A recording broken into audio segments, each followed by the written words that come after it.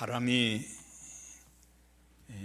몰아치고 하늘이 구멍이 뚫린 것처럼 그렇게 폭우가 쏟아지던 어느 날 밤에 시골의 어느 작은 호텔에 연세가 많은 노부부가 들어왔습니다. 물론 예약도 안 했고 그렇다고 호텔에 방이 여분이 있는 것도 아닙니다. 직원이 그 노부부를 이렇게 쳐다보면서 그런 얘기를 합니다. 예약을 안 하셨군요. 그런데 어떡합니까? 방이 없습니다. 그렇다고 어른들을 그냥 돌려보내자니 밖은 너무 바람이 세게 불고 하늘이 구멍이 난 것처럼 그렇게 비가 쏟아붓는데 이제 어른들을 내보낼 수가 없습니다. 지금 밤이 1시가 넘었는데요. 괜찮으시다면 제가 쓰는 방을 드려도 될까요? 그러니까 그 노부부가 고맙다고 하면서 그 직원이 쓰는 방에서 하루를 묵었습니다. 아침에 일어나고 그 노부부가 그 직원에게 그런 얘기를 합니다. 참 어젯밤에는 고마웠습니다. 잘 잤습니다. 아주 푹 잤습니다. 정말 고맙습니다. 그러면서 명함을 한 장 이렇게 주면서 내가 가서 연락을 할 테니까 꼭 내 초청에 응해 주십시오 하면서 떠났습니다. 그리고 2년 동안 아무 연락도 없더니 2년 후에 우리 같으면 등기 편지가 한 장 왔습니다. 그리고 그 안에 보니까 감사의 말과 함께 뉴욕으로 오라고 하는 그런 그 비행기 표가 하나 이렇게 들어있고 꼭 그 초청에 응해달라고 하는 그런 부탁의 편지가 이렇게 왔습니다. 그 점원이 그 초청장을 들고 미국에 갔습니다. 노인 부부가 나와서 맞아줬고 그리고 이렇게 눈앞에 보이는 아주 엄청 그 고급스러운 정말 최고급의 우리 같으면 5성 빌딩, 5성 호텔쯤 되는 그런 호텔을 이렇게 손가락으로 보여줬습니다. 저 호텔이 마음에 듭니까? 그러니까 그 시골에서 온 호텔 직원이 너무 훌륭합니다. 너무 멋있네요. 그런데 제가 자는 건 저기가 아닌 것 같으니까 좀 싼 데로 좀 해주시죠. 그러니까 그 노부부가 한 말이 아닙니다. 당신을 위해서 준비된 호텔이고 당신이 앞으로 경영해야 될 호텔입니다. 그러면서 그 시골에서 온 젊은 점원을 이렇게 영접을 했다는 얘기입니다. 그 노인이 백만장자 월도프 에스터라고 하는 사람이었고요. 호텔 직원은 조지 볼트라고 하는 사람입니다. 그 조지 볼트의 배려에 자기 방까지 내주는 일은 미국에선 그 전혀 그 흔한 일이 아니거든요. 그 배려에 너무 감동이 돼서 이 에스터가 맨하탄 5번가에 있는 선친이 물려준 그 맨션을 다 철거를 하고 그 자리에 어마어마한 월도프 아스토리아라고 하는 엄청난 호텔을 지어서 지금 조지 볼트에게 경영권을 맡기는 겁니다. 작은 변두리에 이렇게 직원에 불과하던 조지 볼트가 노인을 하루 저녁 잘 모신 그 배려 때문에 미국의 최고급 호텔 월도프 아스토리아의 사장이 됐다는 얘기입니다. 그 얘기는 거기서 끝나는 게 아니고요. 그 노부부의 딸과 이 조지 볼트가 나중에 결혼을 하게 되고 그 배려를 바탕으로 호텔을 성공적으로 경영하면서 실제적인 사장으로 그 월도프 아스토리아의 사장이 됐다는 얘기, 미국에 전해 내려오는 얘기입니다. 실제로 1900년도 초에 미국에서 있었던 얘기입니다. 인간은 사회적인 동물로 살아가는 존재들입니다. 인간이 행복한 삶을 살기 위해서 갖춰야 될 것 중에 하나가 협력지수라고 하는 겁니다. 상대를 포용하고 배려해 줄 수 있는 지수입니다. 상대방을 포용할 수 있는, 배려할 수 있는 지수가 협력지수입니다. 어떤 일도 내 혼자 하지 않고 상대방을 배려해서 분담할 수 있는 그런 배려심입니다. 다윗이 헤브론에서 왕이 돼서 7년 6개월을 다스렸고 나중에 예루살렘에 들어와서 또 전체 왕이 됐습니다. 여러분들 혼자 나라를 다스린 거 아니지 않습니까? 다윗은 국가를 세워 일을 할 때 협력할 사람들을 세웁니다. 자신의 재산을 관리하는 사람, 군대를 지휘하는 사람, 전략을 수립하고 잘 조언해 주는 사람, 여러 사람들을 선택을 했습니다. 자신의 재산을 관리하는 사람, 왕자들을 교육하고 훈련시키는 여러 사람들을 뽑아서 협력자들로 세웠습니다. 초대교회 사도들이, 과부들이 구제에 빠져서 교회가 좀 시끄러워지기 시작하니까 자신들은 본래 직무인 기도에 전념하는 일, 말씀 전하는 일, 여기에 전념하겠다고 성령과 지혜가 충만하여 사람들에게 칭찬 듣는 사람 7을 선택해서 집사로 임직을 시킵니다. 다윗이 선택한 사람들이나 초대교회 사도들이 선택한 7 집사들, 이 사람들 발탁해서 협력하게 했던 그들의 공통점이 뭐냐면 지혜 있는 사람들입니다. 여기서 말하는 지혜는 지식과 경험을 근거로 한 생활의 지혜가 아닙니다. 하나님을 경외함으로 흘러나오는 하늘의 지혜입니다.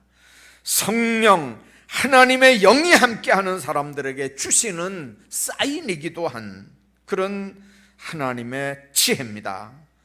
지금 우리가 사는 이 시대는 하나님을 경외하는 사람들이 하나님 앞에 받은 지혜로 힘들게 어렵게 살아가는 사람들을 따뜻하게 안아주는 포용과 배려가 있는 그런 사람들이 많이 필요한 시대입니다. 하나님은 우리 곳곳에 더불어 살아갈 줄 아는 사람들, 협력지수가 높은 사람들이 많아져서 이 땅에 하나님의 나라가 이루어지기를 원하는 겁니다. 교회도 마찬가지입니다. 협력지수가 높은 사람들이 필요합니다. 하나님을 경외하면서 하나님께로부터 받은 지혜를 가지고 하나님을 섬기는 사람들이 많이 필요한 때입니다. 오늘 본문 24절에 보면 주께서 베푸신 성만찬을 마치고 나오면서 성만찬의 의미와는 전혀 다르게 누가 크냐 서로 큰 자 다툼을 하는 걸 우리가 봅니다. 누가 크냐는 말은 누가 높으냐는 말입니다. 누가 더 위대하냐 그 말입니다. 누가 서열이 더 앞이냐 그 말입니다. 왜 이런 논쟁이 벌어집니까? 그건 하나님의 나라, 주님의 천국 운동을 세상 나라와 세상 정치 운동으로 잘못 이해한 제자들의 입에서 그 말이 나온 것입니다. 주께서 생각했던 하나님의 나라가 임하면 할 때 그 하나님의 나라는 제자들이 생각하는 그런 세상 나라, 세상 정치가 아니거든요. 그때 주님께서 그 제자들에게 그런 얘기를 합니다. 이방인의 임금들은 너희를 주관하고 집권자들은 은인이라 칭찬을 받으나 너희는 그렇지 않을지니 너희 중에 큰 자는 젊은 자와 같고 다스리는 자는 섬기는 자와 같을지니라. 지금 제자들은 주님의 우편에 앉을 거냐 오른쪽에 앉을 거냐 좌편에 왼쪽에 앉을 거냐 거기에 올라앉아서 높은 푯을 하기를 지금 원하고 있는데 이것이 이 땅 예루살렘에서 될 일이 아니고 하나님의 나라에서 될 일이라고 하는 걸 제자들은 전혀 생각하지 못합니다. 하나님께서 나라를 주님에게 맡긴 것처럼 주님도 주님의 나라를 제자들에게 맡기고 오늘 우리에게 맡기는 겁니다.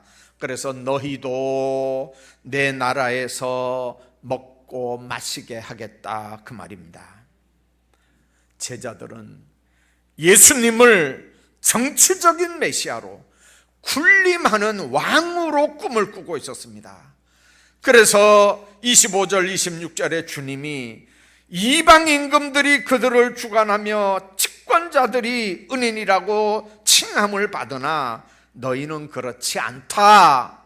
그 말은 주관하고 그리고 권세를 뿌리는 그런 직책이 아니다, 그 말입니다. 세상 임금들은 임의로 주관합니다. 권세를 부리는 집권자들입니다.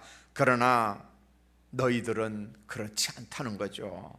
집권자들이, 공직자들이 임의로 주관하고 권세 부리는 일, 그 자리를 통해서 자기 꿈을 이루어줄 자리를 꿈꾸고 있다면 그건 벌이라고 하는 말입니다. 주님은 고난의 메시아, 섬김의 왕으로 오셨다는 걸 지금 분명하게 말씀합니다. 통치자가 다스리는, 주관하는 그런 다스림이 아니라 섬김의 자리를 차지하라고 하는 얘기입니다. 그리고 친히 허리에 수건을 동이고 만찬을 베푸셨던 거거든요. 여러분들, 섬김의 자리라고 하는 건 쉬운 자리가 아닙니다. 힘들고 외로울 때 왜 내가 이 일을 해야 되는가에 대해서 많은 사람들이 회의에 빠집니다. 그러나 직분이나 체면이나 책임감이 아니라 주님을 사랑하는, 주님을 따르는 자들은 직분이나 직책에 상관없이 섬김의 자리에 있어야 된다는 걸 우리에게 말씀하는 겁니다. 그게 우리 성도들에게 주어진 사랑의 의무고 책임이고, 그거 사랑 때문에 우리에게 주어진 특권입니다. 이 방법만이 우리가 험한 세상에서 같이 살아갈 수 있는 그런 유일한 방법입니다. 나만 살고 나만 잘 되고 너희들은 모르겠다고 하는 건 안 되는 거거든요. 같이 사는 방법, 여러분들, 특별히 우리 성도들에게 주어진 사랑의 의무, 책임, 권리, 직분이나 체면이나 책임감 때문에 주님 사랑하는 사람들이 성도들에게 베푸는 이 섬김의 직분을 감당하는 일, 이건 나도 살고 상대방도 살게 하는 일입니다. 어제 국민일보 칼럼에, 오피니언 칼럼에 펭귄이 인사라고 하는 칼럼이 하나 소개가 됐었습니다.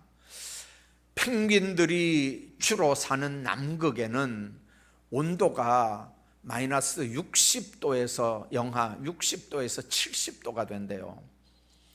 그냥 날만 추운 게 아니고 아주 눈보라가 몰아치는 정말 그 무서운 그 상황 속에서 펭귄들이 혹독한 추위를 견디는 방법, 얼어 죽지 않고 살아갈 수 있는 방법, 생존 본능, 생존의 비법이 뭐냐면 웅성거리며 자기들끼리 모여서 어깨를 부비는 허들링이라고 합니다.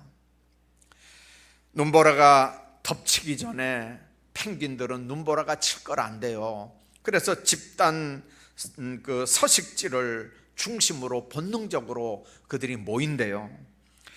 그러면 자기들이 그렇게 모여서 조금이라도 체온을 유지하기 위해서 서로의 어깨를 맞대고 집단 체온 나누기를 한대요. 모여서 이렇게 바짝 이렇게 모여서 이렇게 하는데, 놀라운 건요, 가운데 있는 펭귄은 밖에 이렇게 둘러싸여 있는 펭귄들 때문에 이 눈보라, 추위를 훨씬 더 이렇게 피할 수 있잖아요. 그러니까 안에 있는 펭귄은 밖에 있는 펭귄보다 훨씬 더 따뜻한 상황에서 그 눈보라를 맞는 거예요. 그러면 밖에 있는 펭귄들은 끝날 때까지 거기 서 있느냐? 이 카메라를 통해서 보니까 그렇지 않더라는 거죠.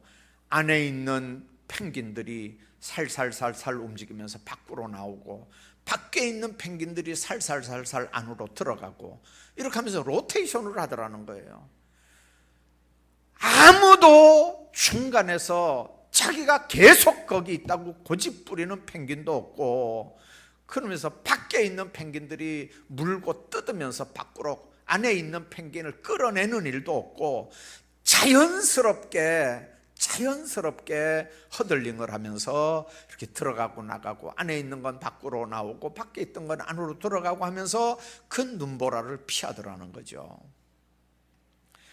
여러분들, 하나님 안에서 우리가 생각해야 되는 게 있습니다. 하나님의 백성들이 기억해야 되는 게 바로 그겁니다. 우리도 살아가면서 이 혹한의 폭풍 같은 재난을 만납니다. 이 재난은 사람들을 똘똘 뭉치게도 하고, 그 재난은 사람들을 완전히 흩어버리게도 합니다. 여러분들, 자신만 살겠다고 고집하는 그런 무리들은 절대로 재난의 때에 살아나지 못하거든요. 그러나 그런 어려운 재난의 때라도 펭귄들처럼 허들링을 하는 그런 속성을 우리가 발휘한다면 우리를 하나로 묶을 수 있고, 그런 배려 때문에 같이 사는 놀라운 체험들을 우리가 누릴 수 있습니다. 그건 경제적인 것도 마찬가지고 추위도 마찬가지입니다.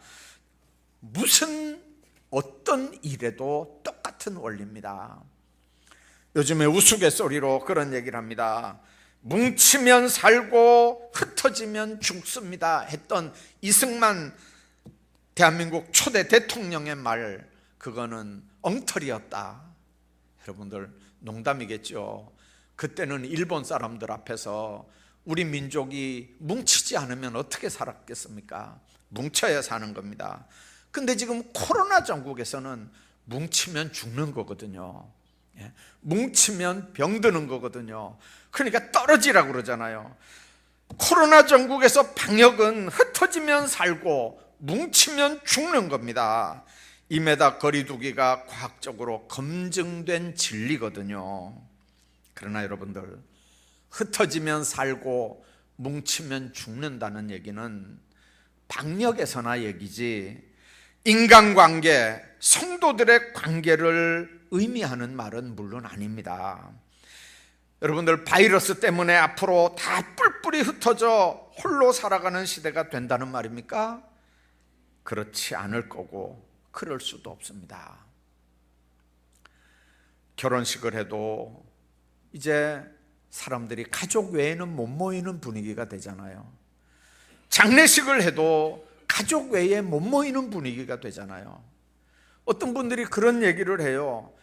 앞으로 이 코로나가 끝나도 이제는 점점 결혼식은 가족들끼리, 장례식도 가족들끼리, 이제 그런 문화가 되지 않겠나.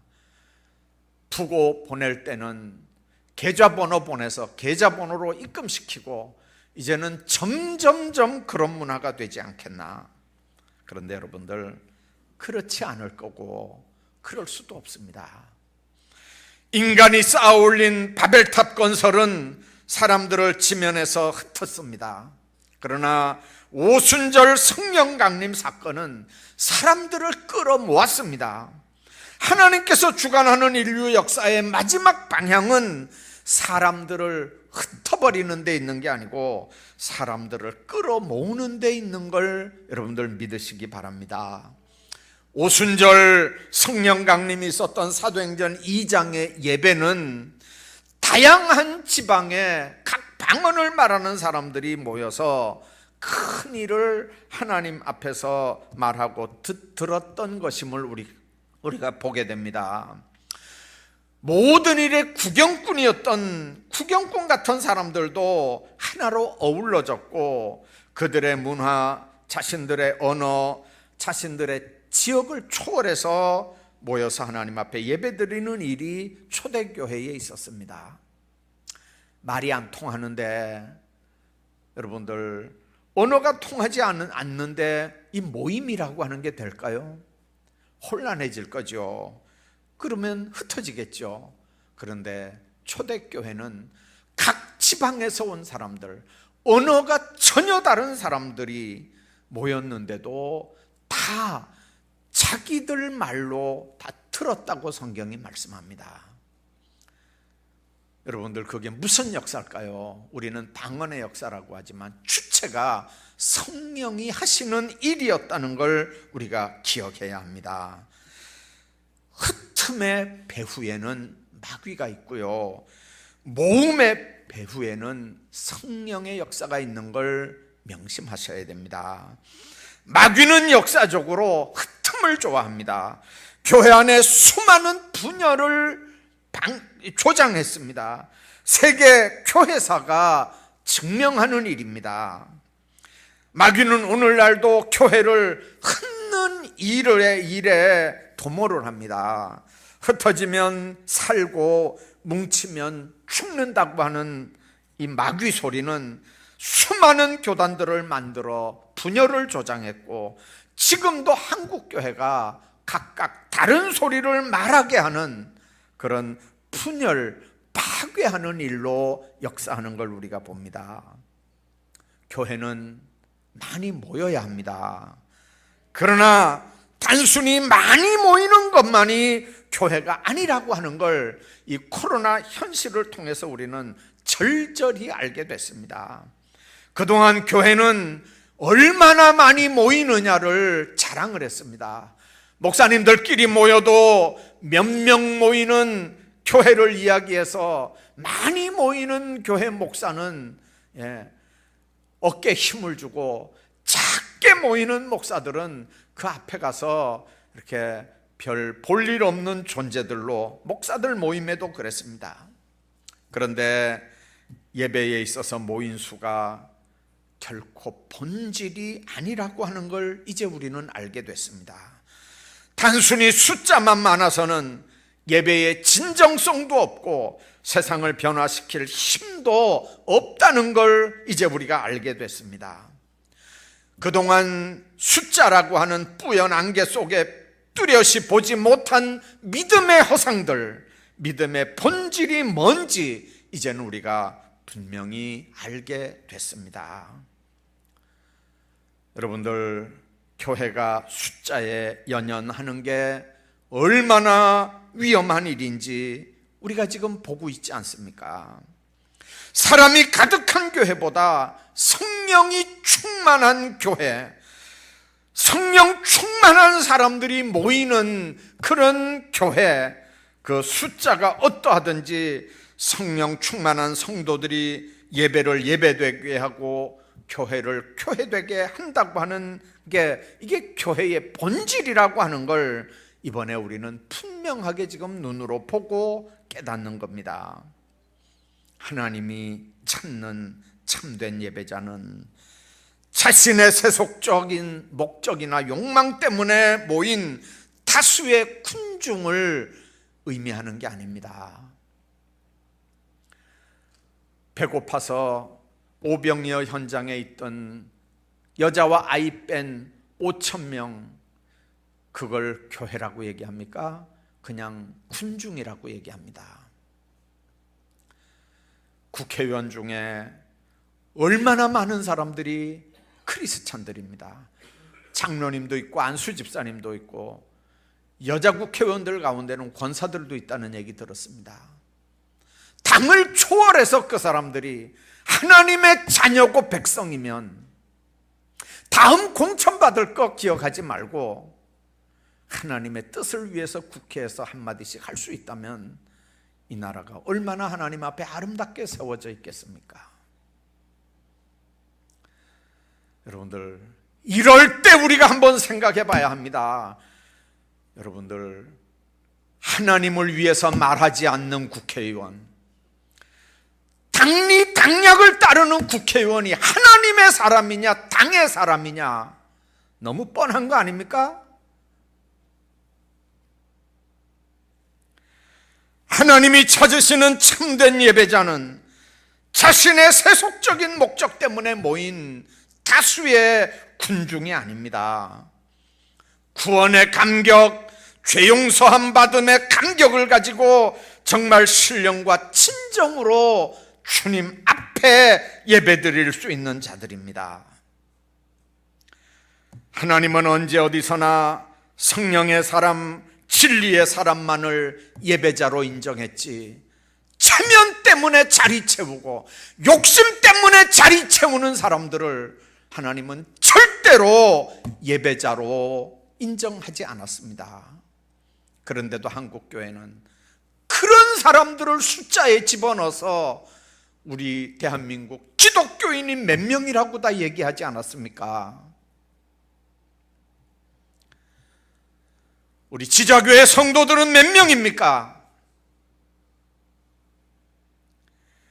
몸집을 불리는 수단으로 예배가 아닙니다. 예배 자체가 목적인 예배, 오직 받으실 하나님께만 영광을 올리는 예배, 그런 예배 드리는 예배자들이 되기를 주의 이름으로 축복합니다. 뿐만 아니라 예배 후에 말씀대로 사랑과 삶의 변화가 있어야 합니다. 말씀이 생활이 되고 삶이 되고 인격이 되는 예배자들이 돼야 한단 말입니다. 그래서 예배와 말씀으로 인격이 변해야 됩니다. 인간성이 변해야 됩니다. 초대교회는 예배 때마다 주의 가르침에 따라 성찬 예식을 했습니다. 지금처럼 빵 요만큼 포도주 요만큼 주는 게 아니고, 그 사람들은 정식으로 만찬입니다. 식사입니다. 빵도 큰 빵, 포도주도 큰 잔에 이렇게 마시면서 그 사람들은 예배 시간마다 그렇게 만찬을 했습니다. 근데 고린도전서 11장에 보면 여러분들 그렇게 빵도 많이 먹고 포도주도 많이 마시는, 정말 배부르고 기분 좋은 은혜 충만한 그런 성찬식을 하면, 그런 성찬식 있는 예배를 드리면 얼마나 분위기가 좋았을까요? 그런데 그렇지 않은 걸 우리가 고린도전서 11장에서 봅니다. 먼저 온 사람들이 배고프니까 그냥 먼저 먹는 거예요. 먼저 먹으니까 배부르죠. 먼저 마시니까 취하죠. 근데 교통수단이 좋지 않은 먼 데서 오는 사람들은요, 새벽부터 출발해서 와도 늦게 도착하니까 오니까 다 먹어버렸어요. 벌써요. 다 먹어버렸어요. 여러분들 신경질이 나겠어요? 안 나오겠어요? 예배 드리러 왔는데 성찬식을 해야 되는데 먼저 온 사람들이, 가까운 데서 온 사람들이 다 먹어버린 거예요. 그럼 여러분들 멀리서 온 사람, 늦게 온 사람 먹을 게 없는 거예요. 마실 게 없는 거예요. 얼마나 신경질이 날까요?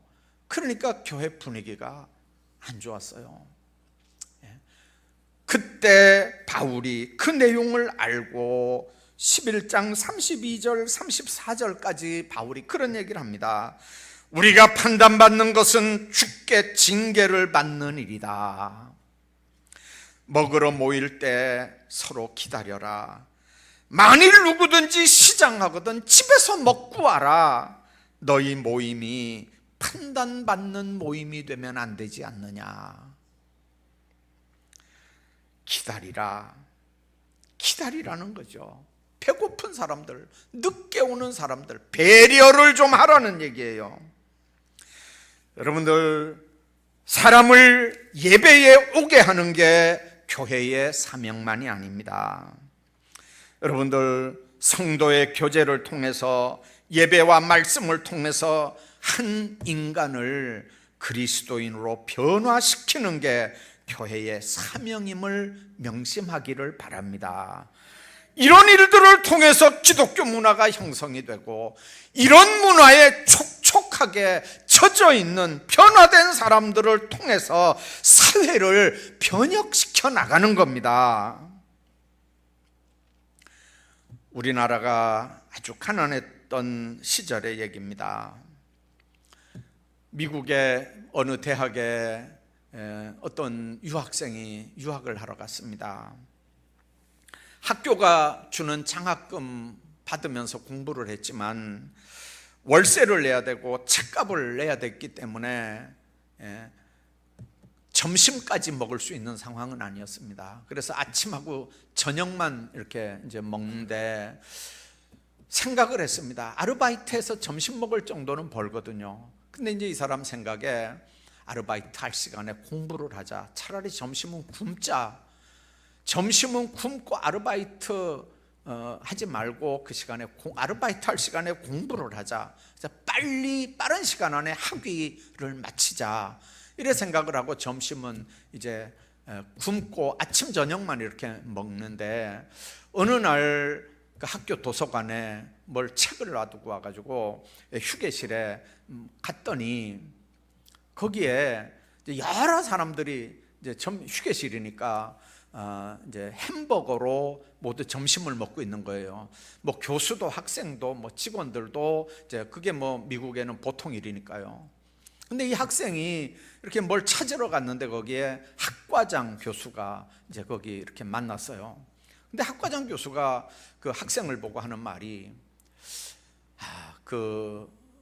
좀 여기 좀 와보라고. 그 이제 앞에 앉혀놓고 하는 얘기가 나 좀 도와줄 수 있겠냐. 나는 나이가 지금 많아가지고 음식 조절을 해야 되는데 우리 아내가 이렇게 많이 햄버거를 싸줬다. 이게 건강관리 때문에 이게 다 먹으면 안 된다. 근데 버리려니 아내 정성이 아까워서 버리지도 못하겠고 그냥 자네가 좀 도와줄 수 있겠나. 이렇게 하는 거예요. 그러니까 그 유학생이 잘 됐잖아요. 그래서 알겠습니다. 이렇게 하고 앉아서 이제 먹었죠. 그럼 우리 내일부터 여기 만나세요. 이래가지고 이제 매일 거기서 점심 때 만나는 거예요. 근데 그때는 이제 그 학과장, 여러분들 그 논문 써보신 분들 알지만 이제 논문 써가지고 가서 이렇게 뭐 체크 받고 그럴 때는 분위기가 좀 안 좋거든요. 근데 그렇게 이제 그런 자리에서 이렇게 뭐 묻기도 하고 대답하면 얼마나 좋은지 모르거든요. 그러니까 이제 이 친구는, 이 유학생은 이제 그런 걸 염두에 두고 이제 매일 가서 만났고요. 그 교수는 매일 이제 그 유학생에게 햄버거를 줬어요. 그 기간이 이제 끝났어요. 끝나고 학위가 통과됐어요. 이제 박사 학위를 받아가지고 한국에 이제 돌아오는 상황이 됐는데 너무 고맙잖아요. 언어가 뭐 아무리 영어 날고 뛰도 미국 가면 정말 언어 때문에 고생들 많이 하거든요. 그러니까 그 도와줬던 교수 부부들을 다 이렇게 초청을 했어요. 그래서 이제 잘 대접을 하고 이제 한국에 올 준비를 지금 하고 있는데 어느 날 저녁에 다 교수들, 자기 도와줬던 교수들 부부들을 다 초청을 했어요. 물론 학과장 부부에게도 초청장을 보냈죠. 근데 학과장만 달랑 온 거예요. 그래서 이 유학생이 그랬어요. 교수님, 그 햄버거 제가 먹은 거에 대해서 사모님께 특별히 인사를 드려야 되는데 왜 사모님 못 오셨어요? 그러니까 그 학과장 하는 얘기가 이렇게 웃으면서 오늘은 내가 자네한테 얘기를 해야 되겠네. 그러면서 하는 얘기가 사실은 우리 아내는 벌써 몇 년 전에 세상을 떠났다네. 그러나 점심때 힘들어하는 자네를 보면서 내 혼자 먹을 수 없어서 내가 그렇게 준비를 했다네. 미안하네. 이야기하지 않아서. 근데 이제 이 유학생 얘기예요. 자기가 2년 반, 3년 동안 그 교수한테 받았던 지식적인 영향보다 그 마지막 그 한마디, 그 마디 속에 시간 자기에게 햄버거를 준비해가지고 왔던 그 교수의 배려가 너무 가슴에 이렇게 와 닿았다는 거죠. 한국에 돌아오자마자 모 대학의 교수가 됐고요. 그 교수가 돼서 1000마디 강의가 바로 그 얘기였대요. 내가 미국에서 이런 일이 있었다. 이런 심정으로 내가 여러분들을 대하겠다. 여러분들, 우리가 한번 생각해야 됩니다. 정말 하나님 안에서 그 진정한 선행이 뭔지, 진정한 배려가 뭔지를 우리가 생각하게 하는 얘기입니다. 진정한 선행이 뭘까요? 진정한 배려가 뭘까요? 남을 도와주는 거 물론 중요합니다. 그러나 도움을 받는 사람의 자존심을 건드리지 않는 말 한마디, 이것도 너무 중요한 배려입니다. 아직도 곳곳에서 맹위를 떨치고 있는 이 코로나 사태 속에서 바닥을 치는 경제 문제, 정치적인 혼란들, 내일 올라온다고 하는 이 태풍의 소식 들으면서 우리는 얼마든지 두려움을 느끼며 또 낙심할 수 있습니다. 그러나 내 삶의 자리에서 가족을 배려하고, 그리고 성도들을 배려하고 이웃을 배려한다면 그 섬김이 얼마나 아름답고 가슴이 따뜻한 하나님의 나라를 만들어 나갈 수 있을까요? 주님은 우리가 누가 크냐 하는 논쟁에 말려들길 원하지 않습니다. 누가 더 높으냐 그런 논쟁에도 말려들길 원하지 않습니다. 주님은 세상 나라를 위한 정치적인 메시아가 아니라 하나님의 나라를 이 땅에 세울 메시아로 오신 겁니다. 그리고 인자가 온 것은 섬김을 받으려 함이 아니라 도리어 섬기려 하고 자기 목숨을 많은 사람들에게 대속물로 주게 하려 함이라고 마태복음 20장에서 분명히 말씀합니다. 마지막에는 십자가에서 죽기까지 섬기며 메시아의 사명을 감당했던 걸 우리가 봅니다. 오늘 본문에서 그분이 우리에게 말씀합니다. 27절입니다. 나는 섬기는 자로 너희 중에 있느니라. 나는 섬기는 자로 너희 중에 있느니라. 이 말씀이 우리 성도들의 정체성이 되기를 바랍니다.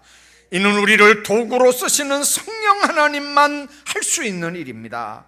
이렇게 섬기는 일에 아름답게 쓰임받으며 나를 통해서 내 삶의 자리가 하나님의 나라가 이루어지는 축복의 역사에 아름답게 우리 모두가 다 쓰임받기를 주의 이름으로 축원합니다.